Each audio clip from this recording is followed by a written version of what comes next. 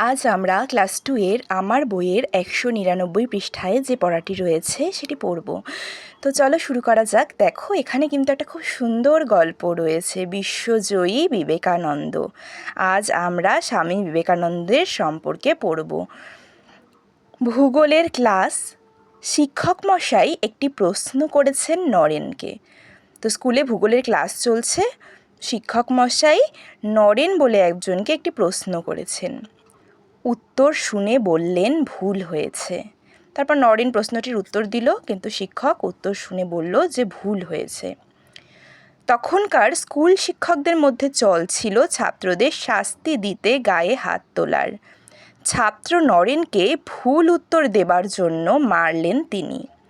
মার খেয়েও নরেন বারবার বলতে লাগলো, আমার ভুল হয়নি, আমি ঠিকই বলেছি। এতে মাস্টারমশাই আরও চটে গিয়ে তাকে হাত পাততে বললেন। নরেন জল ভরা চোখে হাত বাড়িয়ে দিল, বারবার বলতে লাগলো, আমার ভুল হয়নি। কি হয়েছে যে নরেন ভুল উত্তর দিয়েছে। তারপর মাস্টারমশাই আগেকার দিনে কিন্তু ছাত্ররা ভুল উত্তর দিলে মাস্টারমশাই তাদেরকে মারতে পারতেন। তো সেরকমই তাকে মেরেছিল, কিন্তু নরেন বারবার বলছে যে আমার ভুল হয়নি, আমি ঠিক উত্তর দিয়েছি। এতে মাস্টারমশাই আরও রেগে গিয়ে তাকে আবার হাত তুলতে বললেন, আবার মারলেন। কিন্তু নরেন আবার সেই চোখে জল এসে গেছে তার, তবুও সে বলে যাচ্ছে যে আমার ভুল হয়নি। মাস্টারমশাই সপাসপ কয়েক ঘা বেত বসিয়ে দিলেন নরেনের হাতে। নরেন বেত খেয়ে চুপটি করে বেঞ্চে বসে রইল। তো এরপর নরেন মার খেয়ে বেতের বাড়ি খেয়ে চুপ করে বেঞ্চে বসে রয়েছে। বাড়ি ফিরে এসে কাঁদতে কাঁদতে নরেন তার মাকে সব কথা জানালো। মা তাকে সান্ত্বনা দিয়ে বললেন, বাছা, যদি তোর ভুল না থাকে তবে কিছুতেই কিছু আসে যায় না। ফল যাই হোক না কেন, সব সময় যা সত্য বলে মনে করবি তা করে যাবি।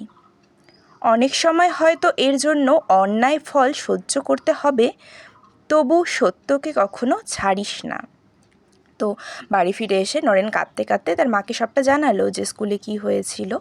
তো তারপর তার মা তাকে সান্ত্বনা দিয়ে বললেন, দেখ, যতই যা কিছু হয়ে যাক না কেন, যদি তুমি ভুল না বলে থাকো তবে কিছুতেই কিছু যায় আসে না, সবসময় সত্য কথাই বলবে। মজার কথা হলো, পরদিন মাস্টারমশাই ভূগোলের বই খুলে দেখলেন তারই ভুল হয়েছিল। তিনি নরেনকে ডেকে দুঃখ প্রকাশ করলেন। তারপর থেকে কোনো দিন তিনি নরেনকে অবজ্ঞা করেননি। তো পরদিন মাস্টারমশাই ভূগোলের বই খুলে দেখল যে মাস্টারমশাইয়েরই ভুল হয়েছিল, নরেনের ভুল হয়নি। তখন তিনি নরেনকে ডেকে দুঃখ প্রকাশ করলেন এবং তারপর থেকে কোনো দিনও তিনি নরেনের কথা অবজ্ঞা করেননি। ঠিক আছে, নরেন যা বলেছে সেটা তিনি যে মেনেছেন, সেটা তিনি শুনেছেন, অবহেলা করেননি নরেনের কথায়। এই নরেন কে? পোশাকি নাম নরেন্দ্রনাথ দত্ত। নরেন ছিল তার ডাক নাম, আর তার ভালো নাম, পোশাকি নাম মানে ভালো নাম হলো নরেন্দ্রনাথ দত্ত। সারা বিশ্ব তাকে চেনে স্বামীজি হিসেবে, স্বামী বিবেকানন্দ। সত্য থেকে কোনোদিন তিনি ভ্রষ্ট হননি।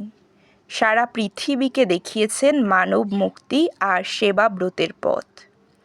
স্বদেশকে তিনি মায়ের মতো ভালোবাসতেন। তো এই নরেনই হলো নরেন্দ্রনাথ দত্ত, তার ভালো নাম।